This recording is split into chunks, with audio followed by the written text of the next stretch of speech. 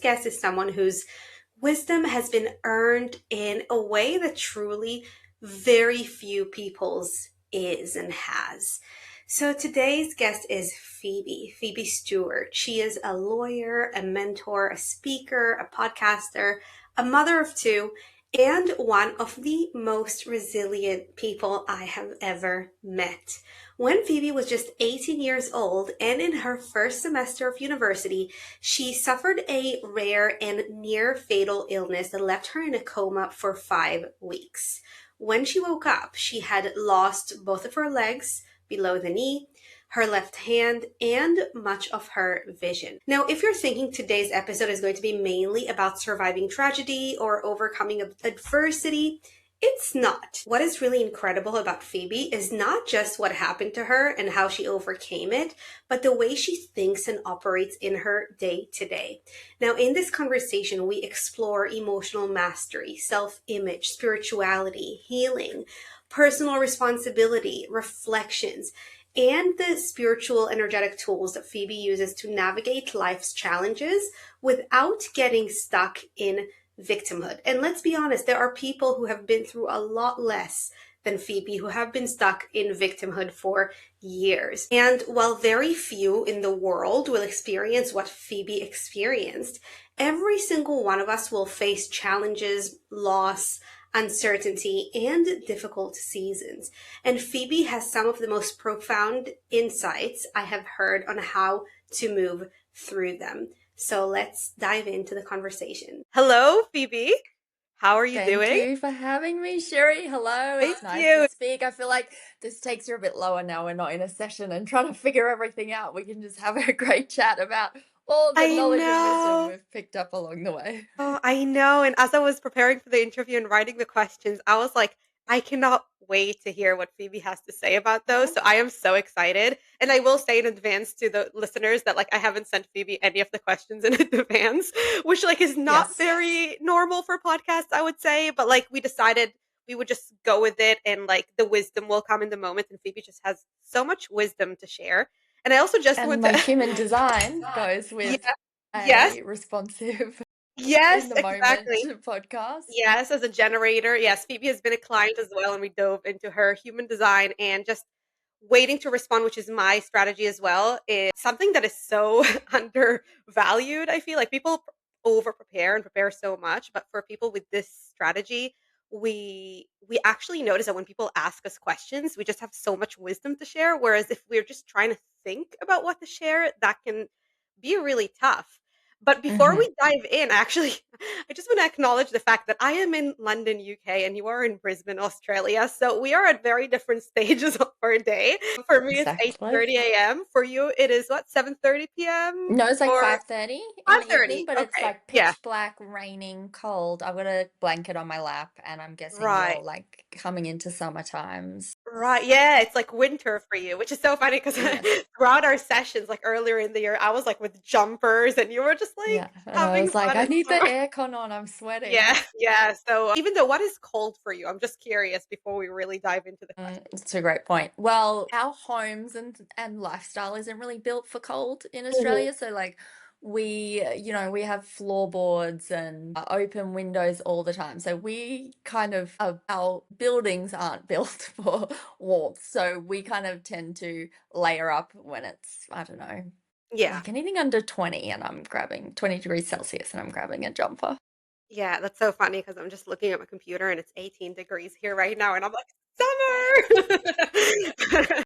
I know, well, UK people in particular love to like rip their clothes off as soon as the sun I is know, half hung yeah. through a tree. Oh my gosh, the number of shirtless men I have seen on the streets, which, I have not wanted to see, has been a lot. No, But, it's yeah, funny. let's It's let probably let's good for dive them. in. Yeah, because we have so Yes. much to cover, but just to start off, for people that are just meeting you for the first time, getting to know you for the first time, who is Phoebe? Phoebe is a well, I'm a mum, which is like quite a defining role in my life. I have two beautiful boys. I am a lawyer by like muggle day job. I am also like a mentor and a speaker, and I had a very like life-defining experience when I was 18 and I was in my first semester of uni in Australia, and I came down with an illness and went to the GP.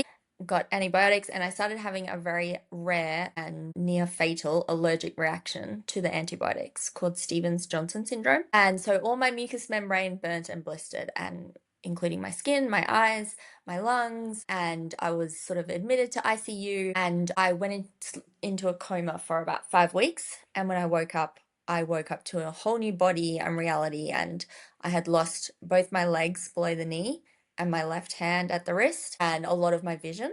And so it feels a little bit like there was pre-illness Phoebe and then post-illness Phoebe, where I just had, it was a very awakening, conscious, raising experience to go through as a first year uni student. And then I rebuilt my life from waking up from that coma. I was discharged from hospital about 5 months later. And then about 18 months after that, I was back at uni, walking on prosthetic legs, navigating the world with low vision. Got my arts degree, my law degree with honors, worked in the Supreme Court of Queensland, just became total overachiever mode, like shoving down all Yeah, the emotions and familiar. trauma and being like, success is the only way. Got married, had my children, and then I've sort of recently had more of, I would maybe call it an awakening, but more like just a reckoning with all the accumulated trauma and experiences and knowledge and wisdom that come with going through great, huge life events in, the last 5 or so years. And that has brought me to realize that I do have knowledge and experiences that other people don't, and to value that more has been part of my recent learning. And that's how we kind of became connected, because we both are hardcore personal development, energetic laws, spiritual growth type people, and we ended up having the same mentor. And then I found your podcast, and then I was like, okay, Sherry, I need to be a client and get all the information and knowledge that you have as well. So here we are. Yeah.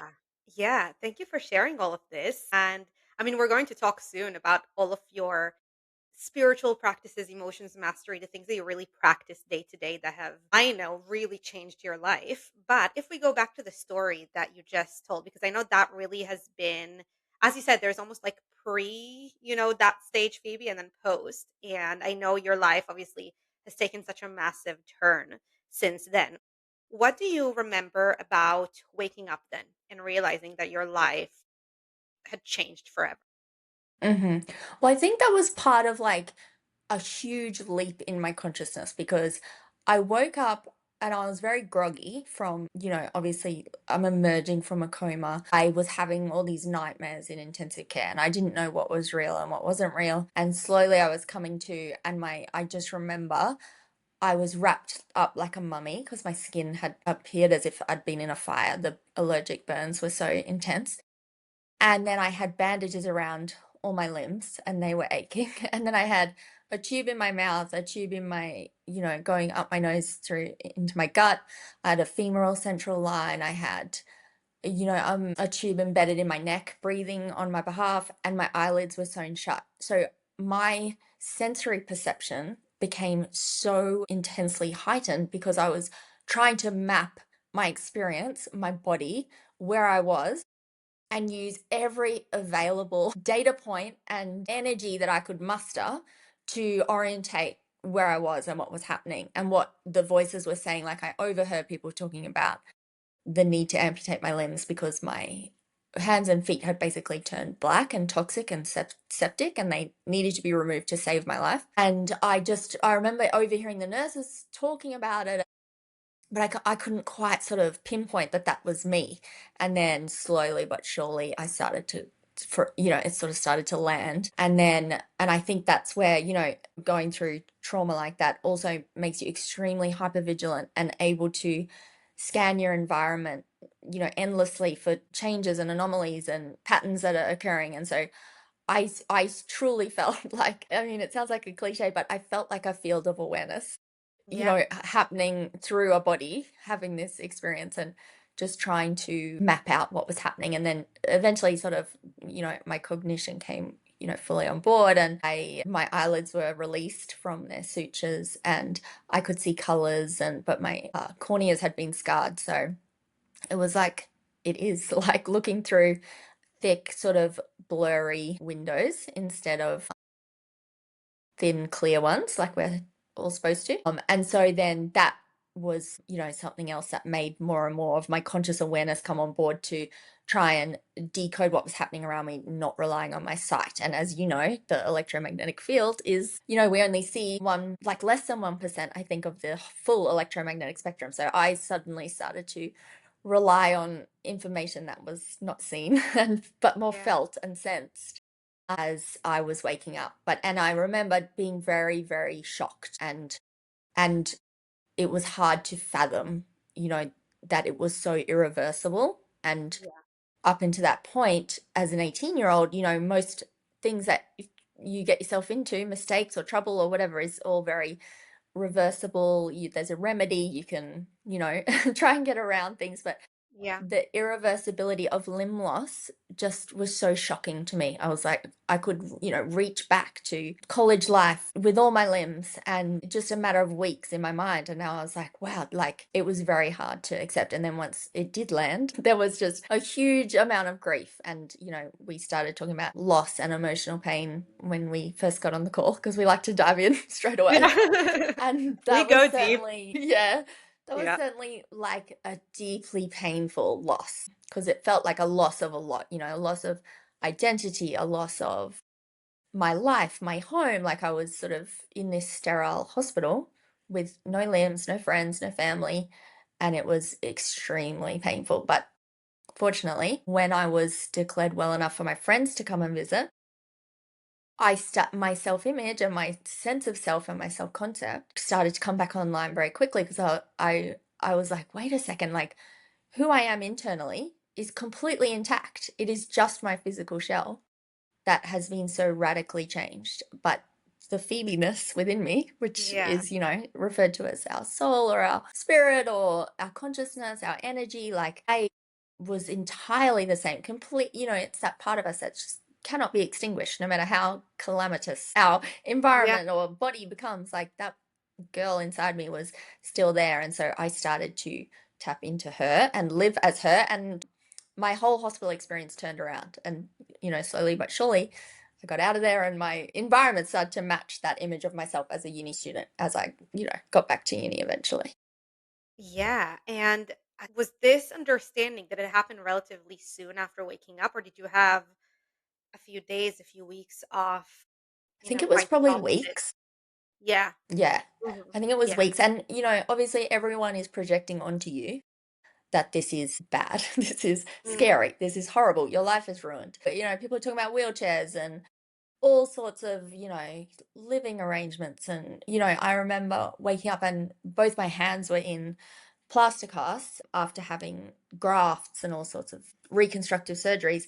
And there was all this concern about whether I would retain my right thumb and whether you could live an independent life without one opposing thumb, let alone without two. And so it was really frightening conversations. And the more that I just held on to my sense of self and the fact that I still have my whole life ahead of me, the less seriously I could take all the sort of experts' opinions and projections of my future and whatnot, because I felt like I could envision a life beyond that hospital that maybe other people couldn't. And that's something that I still have today, where I'm like, I find it hard to take advice from someone who hasn't been through what I've been through or who hasn't been through something big or life altering or traumatic, honestly, because I'm like, you can't fathom what is possible and how powerful the human spirit is until you have been tested in the way that I've been tested. I absolutely agree. I remember even us having a conversation, I think in one of our sessions when I told you that, I mean, I'm always working with a business coach. I love having, mentors and business coaches alongside me. And I used to work with this business coach who I still adore. I think she is great. But at one point, I just had to let her go because I realized she was someone who just always saw success very easily in business. Hmm. Like from the very, I think in the first 6 months of her starting her business at the age of like 19, she was already at like 5-figure months and stuff like that. And of course, we both know that there are soul plans and there's, things that people have to go through. But for me, having struggled more in my business, having to work harder, especially when it's kind of your soul pull, soul path, you have to go through so much. I at one point was like, I cannot. really see this person as a mentor anymore because Mhm. well, she is great, successful, has so much wisdom. It's not the kind of wisdom that I can relate to because it's Mhm. the kind of wisdom that, like, work hard enough and things will happen. And we both know that that's Mhm. not necessarily the case, especially with someone who's on Mhm. their soul path, like soul path, soul pull. Mhm. Things take time. And like I, over the last year, have really grown my business. And funnily enough, that's ever since I stopped working with that mentor. And again, that's not to excuse my French shit on her, but that is because I have realized that you learning from people who have been through the harder times, who really took time to succeed, whether that is in self development, in business, in health, whatever that is, it's just so expansive. And then I used to remind that to myself, and I always remind that to my clients as well, that like even when you go through hard times, that is exactly what's going to make you. If you know, like for example, Mhm. you are a healer, or like any client who's a coach or a mentor or a healer, those situations, and listen, for you, it is like another level, the things that you have learned from your trauma, but those things are exactly what is going to draw your perfect clients to you Mhm. and what is going to make Mhm. them realize, I want to learn from that person. Yeah, So I and I think completely that's agree. what drew me to you as well when one of your podcasts you got really real about your Yeah. childhood and what you've been through, and I was like, okay, Yeah. I can trust this girl Yeah. now. Yeah. She's been through Yeah. some stuff and she's overcome, serious Hmm. life events. So yeah, it's funny Yeah. how I don't want to like glorify trauma, but it's certainly like all the people that I admire often lead their struggles and Hmm. not their wins and their Instagram holidays or whatever. Like it's the gritty, real, messy human stuff that draws me to people and makes me admire people. Whereas mainstream society would have you think it's the other way around, where you hide all that stuff and you lead with how perfect your clothes are and how perfectly behaved your children are or Yeah. whatever it is. They seem to Yeah. be the people that get the big platforms, but they Mm. don't necessarily have as much wisdom as others. No, no. And their clients usually don't see as, good results, or like they're not as Mm, satisfied with the wisdom that they get because wisdom has to be earned. Like we yeah. always say that. And listen, I mean, again, I cannot wait to dive into your wisdom. We are just at the beginning, and it's crazy because it's already been 20 minutes. But Wow. if we're going back to that time, and then I want to kind of go Mhm. to the present, but if we go back to that time, was there a specific moment where you realized that you have to decide who you're going to become now? Like you have to make a decision whether you let this define you in a way of like staying, a victim, quote unquote, or I'm going to use, all the skills that I have and I'm going to live anyways. I think there was a few, but and I think also I was doing it like it was not as conscious as the work that I do today on self-image. Like I was just like looking back, I'm like, oh wow, I was like really tapped into my self-image and self-love and whatever my sense of self and my self-concept was truly what got me through, but it wasn't a deliberate plan. Yeah.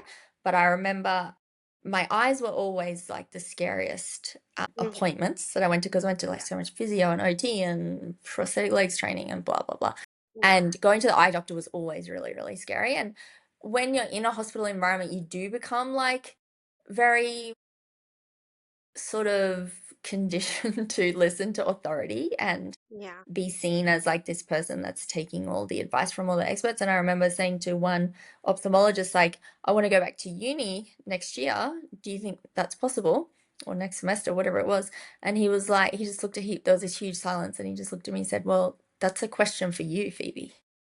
He wasn't like a low vision expert. He didn't Yeah. know how to study with low vision. I was like, Yeah. whoa, okay, yeah, that is a question for me. And I think there was a lot of like faking it till I made it, just truly diving back into university life. I lived in a share house with five of my friends, and it was like, being thrown in the river and just having to learn to swim. And so I just made it work. And looking back now, I can see so much genius in all the problem solving and efficiency and organization and, energetic sort of sensory things that were going on that I didn't realize, but that just came online out of necessity.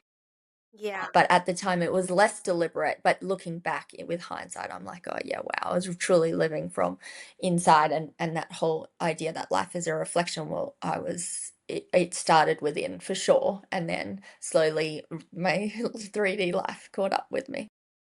Yeah. And have you ever over the years asked why me? And then if so, what answer have you come to?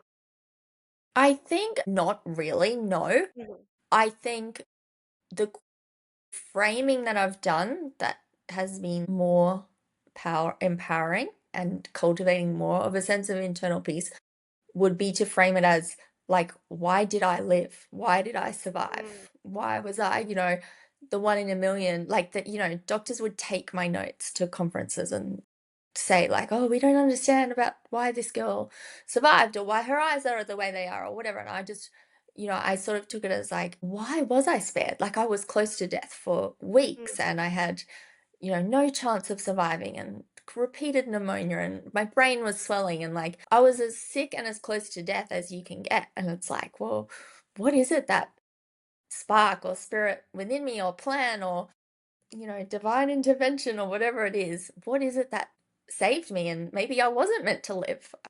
So I've always seen it in that way, which gives me chills, which makes me feel like it's resonating at a higher frequency than yes. the other way around of saying, why me? Why did I have to go through that? Yes. And do you feel like does that insight does that help you on tough days or during tough periods? Just that is that something that you consciously remember, or do you have to remind yourself of It's like? no, it feels inbuilt. It feels like I just Mhm. have this unstoppable drive to Yeah. make the most of my time here. And that I have this constant reminder that I am in fact alive and that, putting prosthetic legs on every morning, it's like there's it's a crazy one in a million chance that I'm still here. And before I became unwell, I didn't question or think of or have any conscious awareness that I was alive and living. I just Mhm. went about my day. And now I'm like acutely aware of the fact that I'm alive. And it is like this constant yardstick to sort of compare all the trivial things that go on in a day. I'm like, well, that it doesn't even come onto the Richter scale, especially having kids and you see, you're bumping up against other families and I'm just like, this is not a problem. Like, this is not a problem. This is all solvable, fixable. Like, so the things that stress me out are certainly not, it's a gift in that way that it puts Yes. everything into perspective.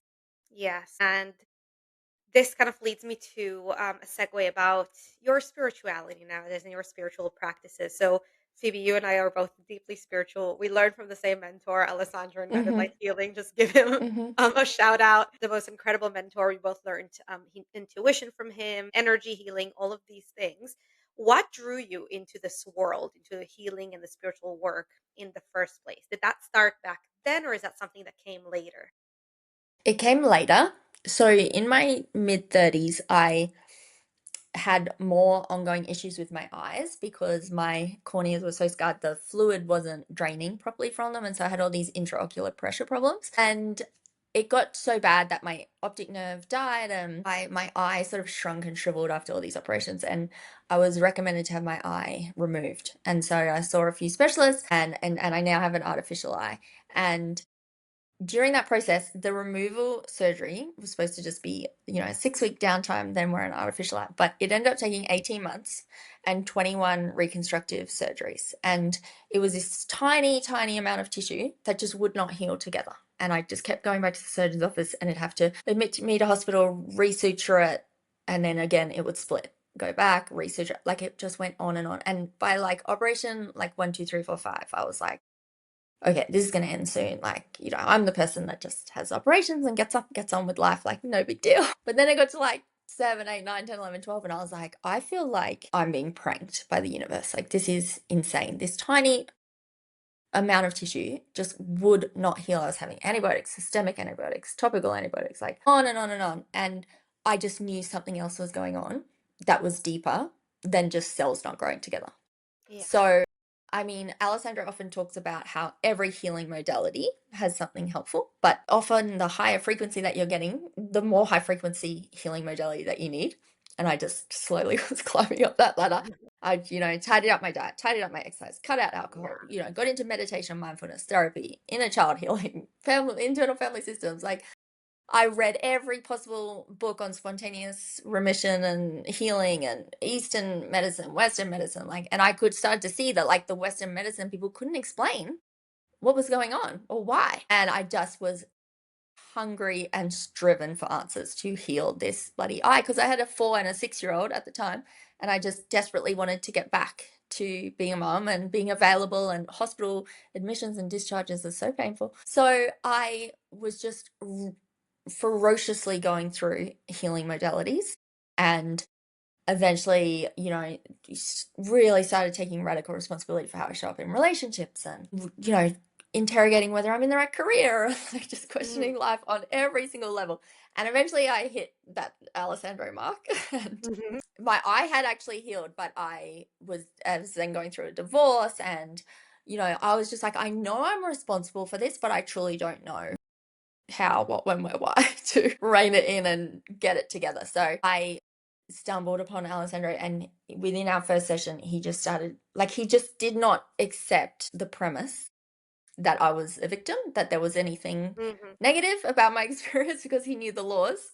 And so he started telling me, like, dimming your eyesight is like a genius way to bring all your gifts online, and, not worrying about normal human stuff. Because I was like, I just wish I was a normal human. And he was like, why would you want to be that? He's like, you have like all these gifts. And then he sent me away with homework to be like, embrace your low vision, do all this, research into why all the gifts that you have, and why the way that your body is built exactly as it is completely perfect. And I just felt like he'd got my brain and shook it like a snow globe. And I was just like, oh my God. But it felt like truth. Like, I was like, Yeah. I know he's true, but my human brain was kind of at war at the start. But then he truly, truly, truly changed my life, even just with the law of balance, and bringing all these difficulties that I operate with my body, and helping me see all that genius that I had been accruing over the years. And then he told me that what I really need to work on is valuing myself and valuing my physical body exactly as it is. And that was revolutionary for me as Yeah. well, because I think I'd compared myself to other bodies instinctively for like 20 years, and I'd just seen myself as such a burden, and carrying around, pain in my legs and whatever. And he just fully, yeah, just transformed and then I was like absolutely addicted to this work, and never wanted to ever not face a negative emotion again, and just live in complete internal peace. So then I became pretty invested in the work. I know. It's funny how it all goes back to self-image always. Like, it's just like every single challenge in life just points to a gap in self-image. And Hmm. it is like, it is difficult work. People hear self-image and they think, oh, be confident. It is so much deeper than that. And it's just like everything that you just said really made me think about how people hear spirituality or spiritual work and they think vision boards, crystals, Mm. manifestation, like positive Mm. thinking. And we know that real spiritual work is so goes so much deeper than that. What would you say that has looked like in your life? What tools do you use regularly? What tools have really changed your life? And how are they different from what people often think spirituality is? Well, I think before Alessandro, like, no one was willing to tell me, like, because everyone was is kind of like, yeah, it is bad. Like, I did go to therapy. I didn't go to therapy for like the whole time I was in hospital, and then when I was having so much anxiety about healing my eye, that I went and saw a therapist, and, she wasn't willing to tell me, like, you're perfect, exactly as you are. Like, she wanted to get into like, yeah, that would be hard, and let's unpack. And whereas Yes. Alexandra like shifted so many giant traumas in like literally an hour. So I think that was really different. And then just understanding, like, yeah, it's not about all that like divine timing, and all that sort of woo-woo spirituality, as you was kind of alluding to, that is more in the Yeah. mainstream. But it's like truly, like, one of the things that I'm addicted to is emotional mastery. And I'm just like, every single time I feel a tiny sense of constriction, or, like a energetics in my body that is off, I am hitting it immediately. And that is, I believe, we talk about getting to the root belief and all those things, and our thinking and our patterns that are leading to those emotions. And I believe it is truly our soul telling us, like you are believing something that isn't true, and our body freaks out. Like that is spiritual healing to me, is being like, no, that little quiet voice inside you that tells you where to go, and our intuition that's guiding us everywhere we go, and then those emotions that are like so painful, it's because our soul is like talking to us constantly. And when you're really, really, really tapped into your energy and your body, you can hear the call all the time. And so I don't let any negative, painful, survival, difficult emotion go in Yeah, my energy for, as you know, as much as possible with like kids and of work and course. stuff. Yeah. But I just find that my consciousness, my mood, my outer reality has never shifted more than when I handle every single difficult emotion. Yeah, and I think that's really crucial. Like the difference between what people often think spirituality is, which is just like ignore the negative emotion. Just ignore it. Mm. Ignore it and Yeah. think positive compared to what you're saying, which is, we talk a lot about reflections on this podcast, and obviously you're a reflections expert. I don't need to explain to you what reflections are. Anyone listening, if you don't know what it is, go back to previous episodes. But emotions are reflections. Negative Mm. emotions that come up are reflections, and often what people don't realize is like when you have, as you said, the smallest feeling of something wrong, something being wrong, or Mm-hmm. like a negative emotion, that is a reflection starting to build up. And the Mm-hmm. work that both you and I have learned and practiced over the years is really catching or doing our best to catch it the moment it comes up so that it doesn't get bigger. So, can you give us Mm-hmm. an example maybe of like something that happened to you recently, or even not recently, but something that really you remember as like a major, spiritual moment where you caught something in the moment and you really felt like you understood the reflection, you were able to shift it. Do you have any examples of something like that? Yes, I have heaps, but it's funny when you shift them, they don't Yeah. have as much of a charge or a memory. But Yeah. I know the sensation of when I unlock a difficult emotion so well because it is such relief.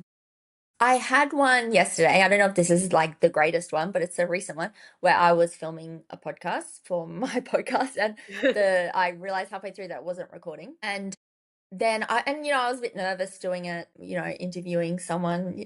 It's not, the norm, and I wanted to do it really well, which is part of my own overachieving issues. And so when it wasn't recording, it almost felt like I got like snagged with a fish hook in my solar plexus, and then I couldn't ever like get back to feeling light and open and expansive after the fish hook had got its hook into me.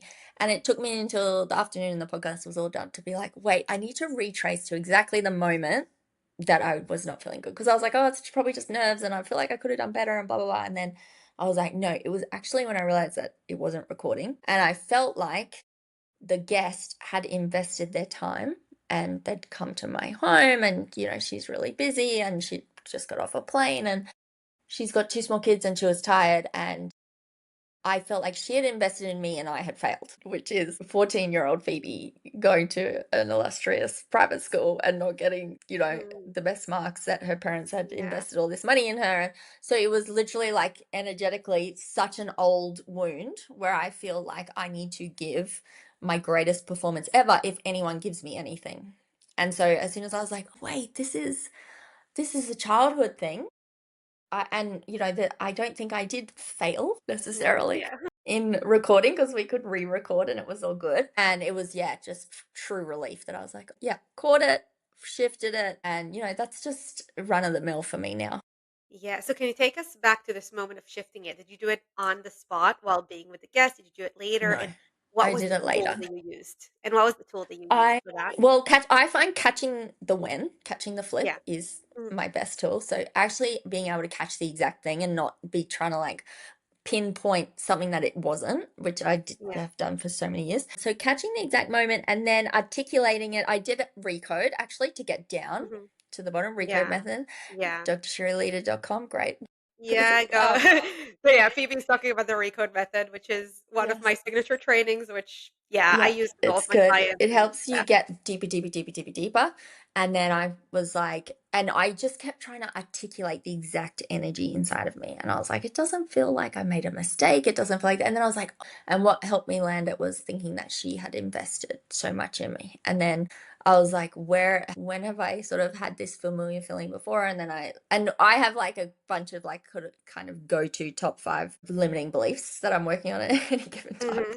And so I was like, oh, it's this one. And then I just truly saw the exact opposite, to be like, well, where am I a success? Like, and often, honestly, I use the example of, well, I got out of that hospital bed with no legs and rebuilt my life. Like, I discount that so much all the time, and I'm only looking at the normal sort of markers for success, like degrees or marriage or whatever, society deems as successful. I'm like, but that, Yeah. I mean, how valuable is that to my life? And how much success does that show as a human being that I've got up every day for the last, couple of decades and got on I with mean, life? So you can't really I beat that, to be honest. Like, I don't know anyone just, else who can beat that, you know? That is, like, eternal proof of, like, how valuable you are and how much you can literally beat any situation. Like, compared mhm. to what you went through back then, it's like, try and Yes, beat that. it's But chips. And as yeah, you know, you have to feel the feeling. You can't just think like, oh, but I'm a exactly. success. Like I had to truly tap in and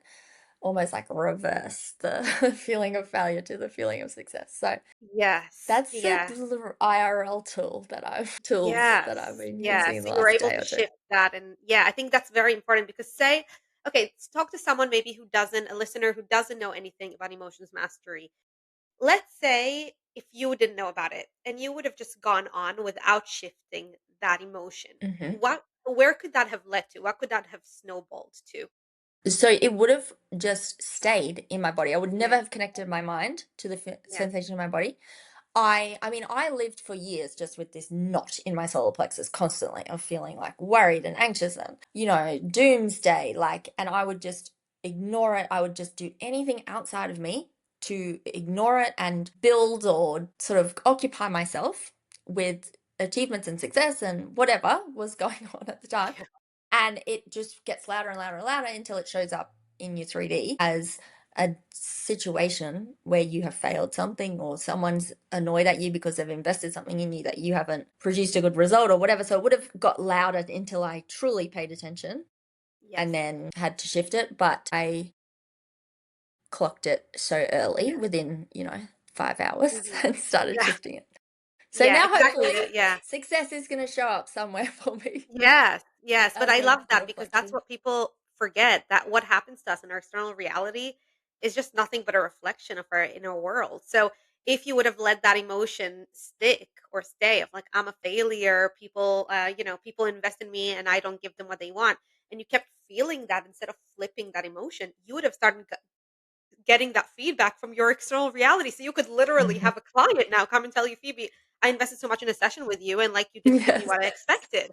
So this is something that's so crucial. And people, again, this is a difference between what people think spirituality is to what it actually is because kind of mainstream spirituality is a lot of the times like, you're great. There's nothing wrong with you. Like, Mhm. everything is good. And this is real spirituality is about taking radical responsibility, as you talked about like earlier in the For interview, how we feel. for Yeah. how we feel, for what happens to us, understanding that if a Mhm. client comes to us and tells us, you gave me a terrible session or whatever, that is Mhm. us. That is us not Yeah. dealing with reflections and emotions that started small. So these things always start Mhm. small. But if we don't Yeah. catch them and flip them, then that snowballs and that can lead to like much bigger things, right? Yes, and it's so unique and individual because I'm sure if you hadn't been filming something today, you would have made that mean something entirely different about yourself or perhaps nothing at all. And so the flavor of every reflection is so specific to our experiences and what our little beautiful brains make Yeah. things mean about us. Yes, Which is why a absolutely. mentor is so helpful because they often see it faster than we do because we're in Yeah. it so much. Exactly. They see, I mean, as I said, I always have 2 or 3 people like around me, in the business area of life, in the spiritual area of life, just like people that I can really go to and get advice from, and obviously I vet them intuitively, especially business coaches. You have to know if they are actually right for you. But having the people that are in your corner and seeing, and that's the funny thing is that people think, oh, you're intuitive, can't you just figure it all out yourself? But we're still human, we still have Mm, emotions that we deal with, we are still sometimes too close to the situation, which is why even if you're mhm, like the world's greatest intuitive, you still want to, be looked after by someone else and having just someone Mm-hmm. else reflect to you what you can't necessarily see. Yes, So and they we'd want also, yeah, just very quickly, our yeah, mentors yeah, to be seeking that help, because anyone who's not doing the work themselves and is giving advice, I don't yeah, trust. So, no, all the yeah, mentors that I really appreciate when they share what they're going through and how they're shifting it, because then I'm like, okay, great, she's actually walking the walk and practicing what she yeah, and you preaches. can feel that energetically, right? Like Mm, whether you totally. are, a trained intuitive or not. Hello. So sorry, that's my dog. No, we're good. We love dogs here. By the way, I used to be terrified of dogs, but that's like, that's something that I changed Interesting. like 5 years ago. We'll We've talk about it at shifted a that. different time. Now Okay, I for love them. another podcast. But it's like from maybe I'll make an episode about that actually because it's Yes, I like would I love to did past hear. life regression and I found out that it was like Oh, rooted in a previous fascinating. life. It's very interesting. Very dark, Fascinating. but very interesting. Anyways, now I completely lost my train of thought. But yeah, oh, I was saying that even if you're not a trained intuitive, like people can always pick up. I mean, again, you talked about the electromagnetic field, the creator field. People always pick up on what you're right in it. And if someone doesn't, walk the walk, people can feel it. And, Yeah, they just absolutely. won't want to get their advice or like they won't take them seriously. So I just want Hmm. to transition to your day-to-day life and what kind of spiritual tools do you use regularly? Take us through a day or a week in your life. I know as we talked about, emotional mastery is big, so Hmm. take us through that and any other spiritual tools that you find yourself using regularly that really Hmm. change your life. Sure. Well, yes, emotions mastery. And again, like one other plus to that and benefit to that is that you're constantly keeping your consciousness as elevated as possible. So you're seeing the world in a higher frequency with a greater perspective and without being in those survival emotions. Again, yesterday I could have gone with the failure thing, not really pinpointed it, and your executive functioning goes offline, you're in fight or flight, you don't even know you're making decisions just to keep yourself safe and surviving. And so, having the most elevated consciousness helps you see life in such a better way. So, emotions mastery is key. I also do a lot of like connecting to different energies and clearing my energy because, just as our, mental life can imagine something and cause us to go into fight or flight, our mental life can also imagine something and cause us to feel sustained and nourished and clear from all the energy that we pick up through a day and through, clients and normal daily living. So I do energy practices morning and night to clear my energy and rebuild my energy and call back all of my energy. I do emotions mastery. I also do a lot of like getting on the front foot with what I want in life and doing, calling things in and making myself a match to calling in a bigger, better, badder, more expensive life all the time. And I'm sure some of those practices of creation and taking aligned action and all those sorts of things. Reflections work, obviously, all the time. Every time I get an email, I'm like, any sense of emotion, and I'm decoding the reflection. Yeah, I think, yeah, self love is often big in reflections. What else am I doing? I know Yeah, in intuition, relationships, right? I think taking radical responsibility is a spiritual work. The bane of my existence. Yeah. Yeah, relationships with family, children, all the things. Yeah. And you have Yeah. said to me in previous sessions that, like, Phoebe, I know this feels like a person, but it is actually a hologram. So let's just go back to Yeah. how this is actually your reflection because it feels so real in the moment. Yeah. Yeah. But And when that's you not from a place of truly, blame, right? It's just from a place of no, like giving you the power, like, and yes, yeah, when you and understand that it's remembering you. that, yeah, we are just projecting out our consciousness and having it reflected back to us. And I think, yeah, definitely one that's really helped me is when I judge or feel upset by someone, to own what I'm upset about in myself. I think I definitely am a person that wants to be perfect and wholesome and excellent. And I've run from feeling inadequate a lot through my disabilities. And so owning that, like, well, yeah, there's some things I'm not that good at. And I am a bit dozy about, like, I'm not interested in taxes and I'm not good at taxes, but I have genius in other areas. And just not trying to run from, my flaws and owning my flaws, or where, I only care about shallow stuff or whatever it is that I'm judging in someone else. That's been a great tool for me Yeah. recently. Yeah. So yeah, I mean, there's just so many things throughout a day that I am owning, claiming, shifting, Yeah, you building.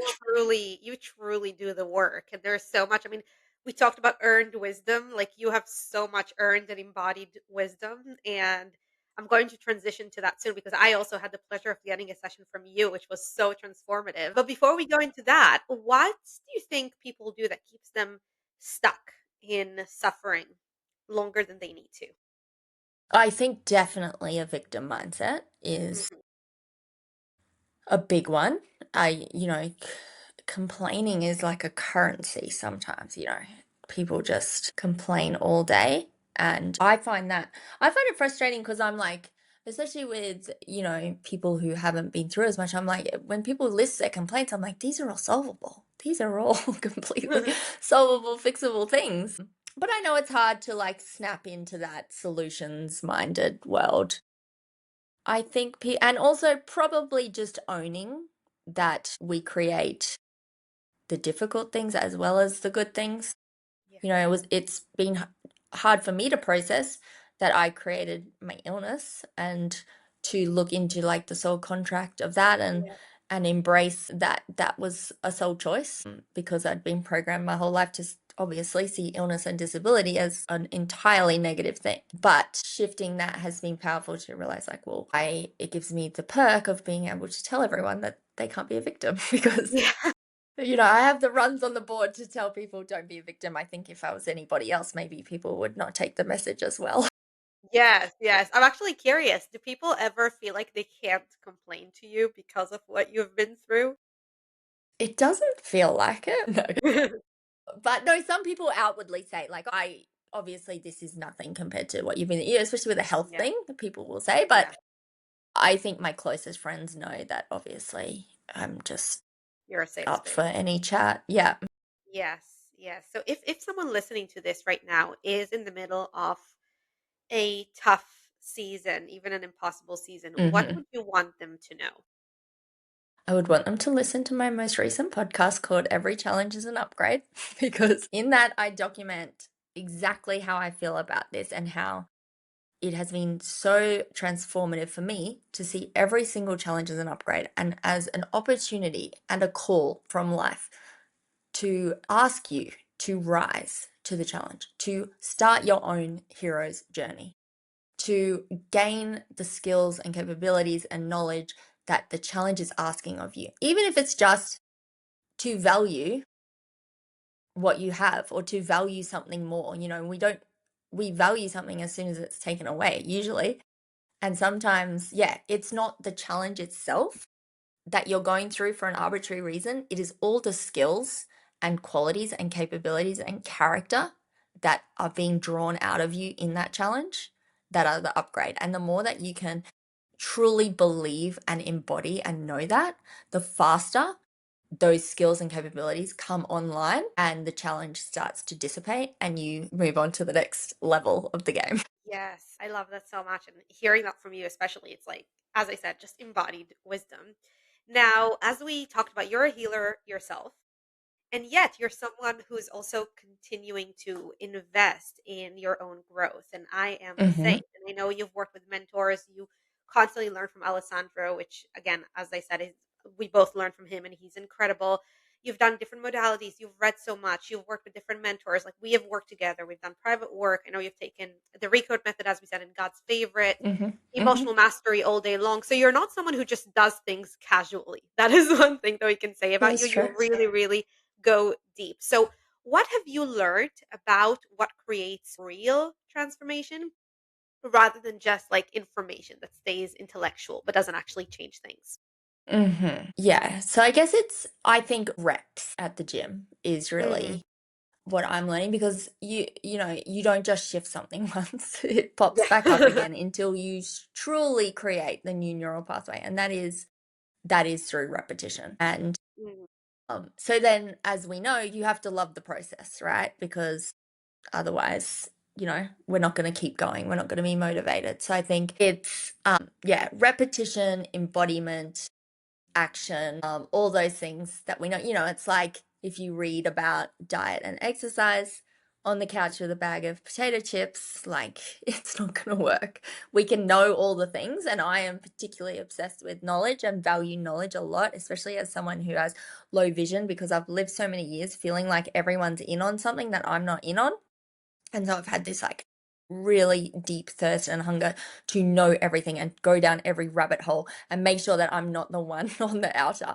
This is probably coming from a wound, but it's been a positive wound because it's, Yes. until I got to Alessandra, when I got to Alessandra, I was like, oh, I feel like I've really, like I can rest now because I have found the information I was so hungry and Yeah.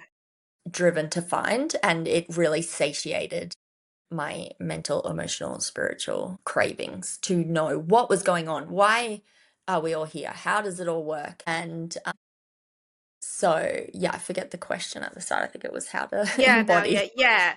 Yeah, exactly. I mean, that's what it is. As you said, it's reps and actually doing the work. So I Hmm. absolutely agree. And I also agree, like same when I came across guided light healing and Alessandra's work, that is truly life changing. And that is the kind of work that we do with our clients as well. Like it's Mm. something that we've learned, we've practiced, we've embodied, and we, like teach our clients and work on with our clients too. So I've experienced your work personally and it was incredible, as I mentioned.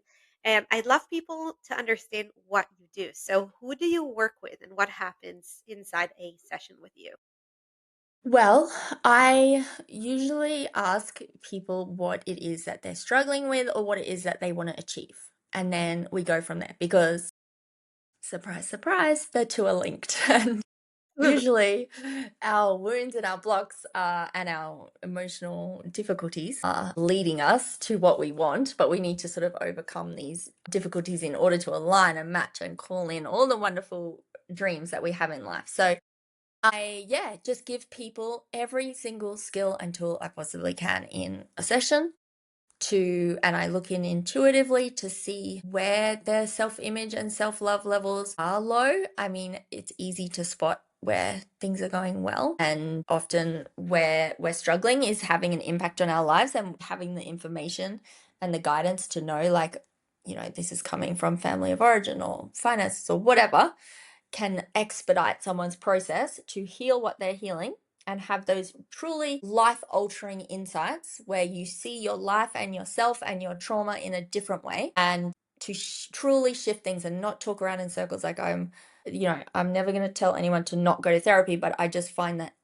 spiritual work and healing and mentorship is so, so, so much more effective than any kind of talk therapy or Yes, mainstream solution. And so I appreciate clients like you who are like really driven and on the team to just shift their lives. They do the work. take every advice on board and they just want to run with it. Because, I speak to other coaches, I haven't had this myself, but who are like, sometimes people know their problems, but they're not going to change them.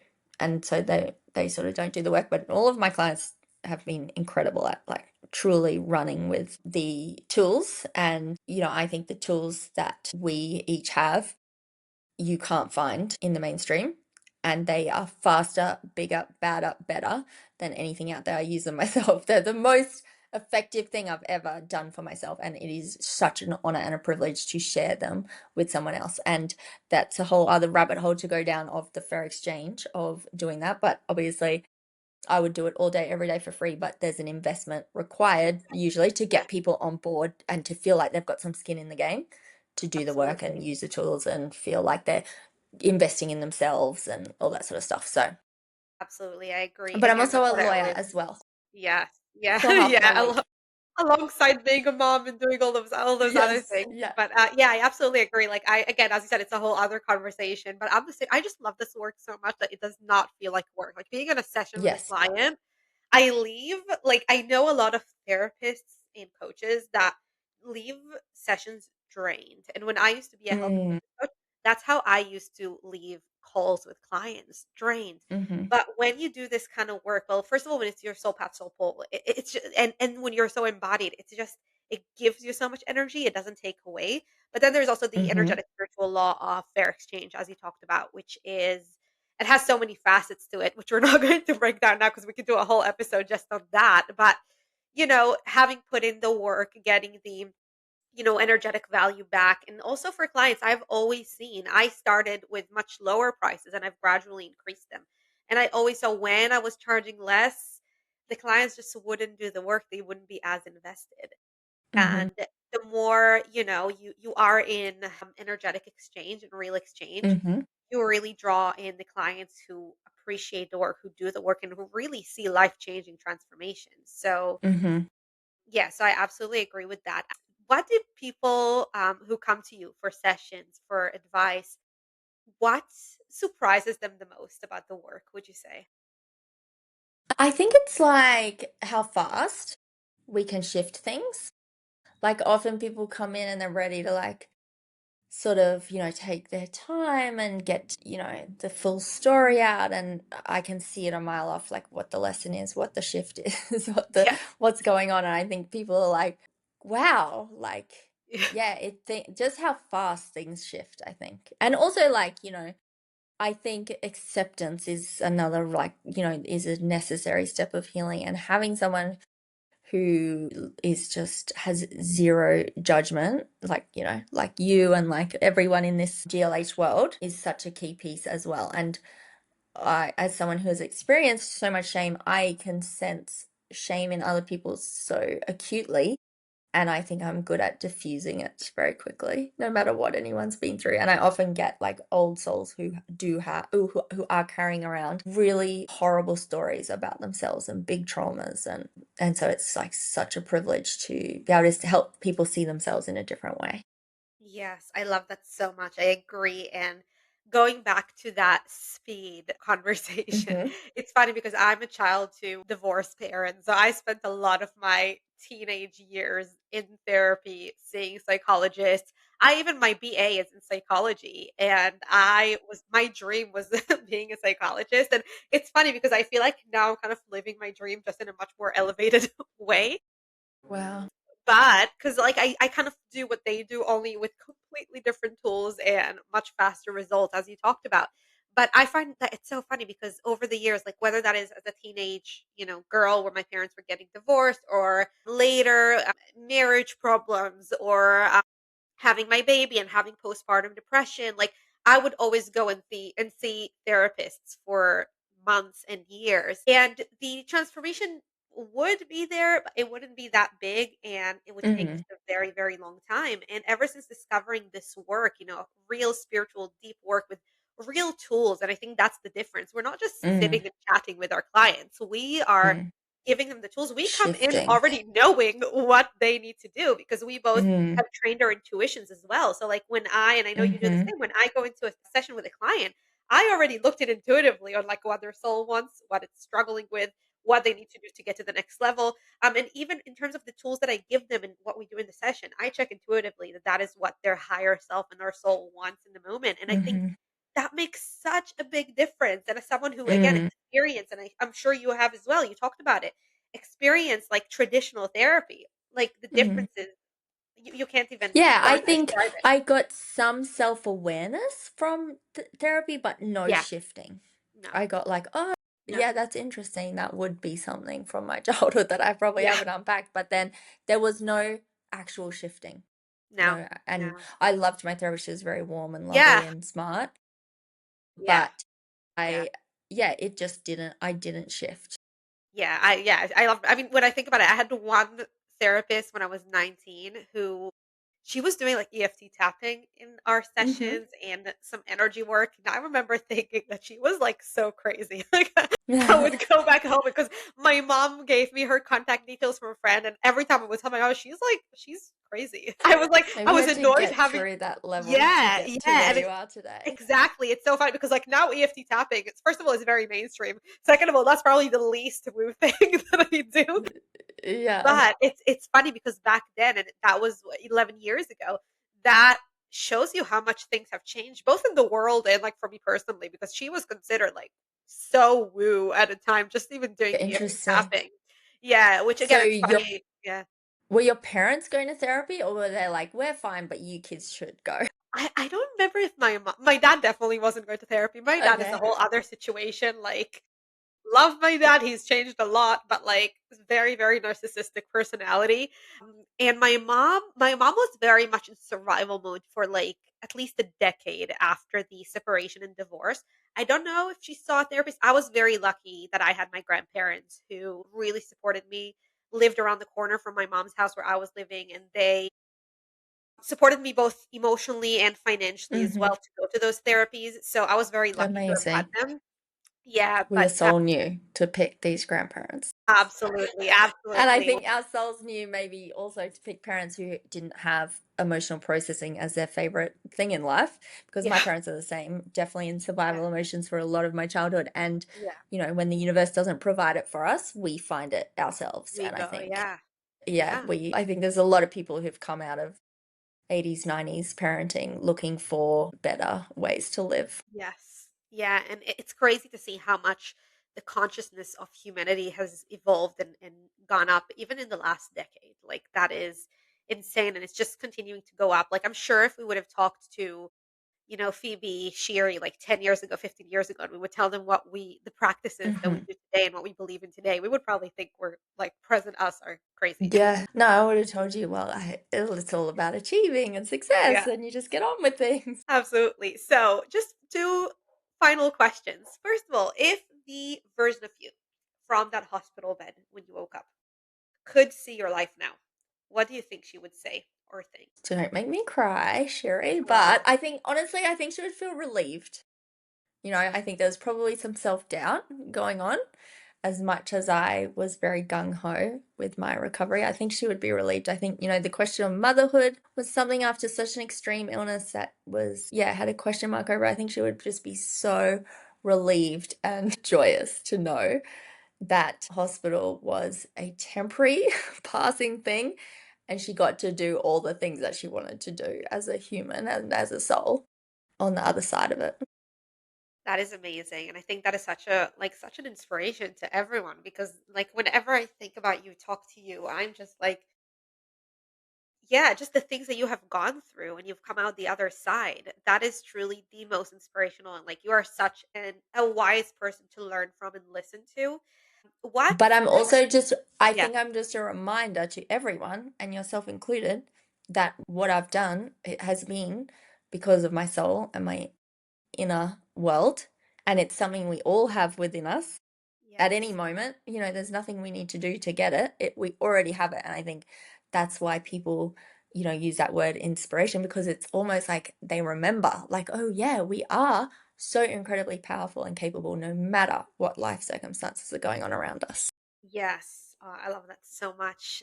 Thank you for that. And what would you say is next for you? What are your goals, things that you're working towards now? Yeah, your next big things in life. My next big things are, well, I treat motherhood very seriously. I like being the most greatest mum of all time, which doesn't mean what we think it means, right? It's really about our own inner healing to be the greatest mums possible. So, motherhood is really important to me. I have a book coming out later this year. I love my, business that I've started, my mentoring and my podcast, and being in this world, and then doing my legal work. And I've just started horse riding, actually. Fellow intuitive got horse riding for a passion hobby for me, so I've started horse riding, which is exciting. So just more of the same, just living a good life in internal peace and joy, and reaching my potential and being on my purpose. That to me is a good life. Yes, and you're on that path, which is so incredible, and I cannot wait to read your book. So let me know when it's out. Ditto. I'll also give Ditto. yeah, Yes, at thank you. some Yeah, stage. yeah, at some stage, but definitely let me know when it's out, and I'll also give a shout out on the podcast when it's out to Thanks, get Sherry. people to read it because yeah, I just cannot wait. So can you just let people know where they can find you, how they can work with you, how can they find out more about your work? Yes, sure. I'm phoebestewart.com. I'm Phoebe's Gram on Instagram, and I have a podcast called Empowering from Within with Phoebe Stewart. And I am also happy to be the poster child for Recode Method and God's Favorite and Shuri's session. So, as much Oh, as thank you're you. plugging me, I'm very willingly plugging you as well. So, thank you so Ah. much for having me, and thank you for your incredible sessions and offerings as well, which have really added to my arsenal hugely. Thank you so much, Phoebe. It has been so great to see you and talk to you. And of course, I will Same add all here. the links to find Phoebe in the show notes / description box. So your Instagram, your website, anything else, your podcast, anything else that you might want to add as well, we will find there. And I really encourage you, everyone to just go and chat with Phoebe and find out more about her because she's truly an incredible healer and coach and mentor. So thank you so much for being here today, Phoebe. This has been Thank so you fun. so much for having me. Have a wonderful Yes. day ahead. Thank you. You too. Bye. Bye.